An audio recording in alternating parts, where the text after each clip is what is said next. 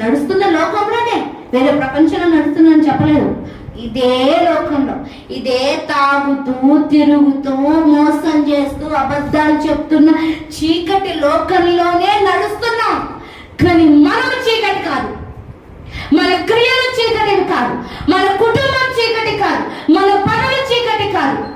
అంటే చీకటిలో నడుస్తున్న వెలుగు వలె మనం ప్రకాశిస్తాం. అదే అంటున్నారు, దేవుడు అనుగ్రహించు పరిశుద్ధాత్మతో నిష్కపట్యముగా మేము, అంటే కల్మషం లేకుండా, మలినం లేకుండా మేము నడుస్తున్నాం. మలినం లేకుండా నడుస్తున్నాం అంటే మన ప్రార్థన పరిశుద్ధాత్మ దగ్గర నుంచి రావాలి, మన ఆరాధన పరిశుద్ధాత్మ దగ్గర నుంచి. ఇందాక ఆరాధన చేస్తున్నప్పుడు ఎంతమందికి సమాధానం కానీ, దేవుడితో మాట్లాడుతున్నట్లు, దేవుడు మనతో మాట్లాడు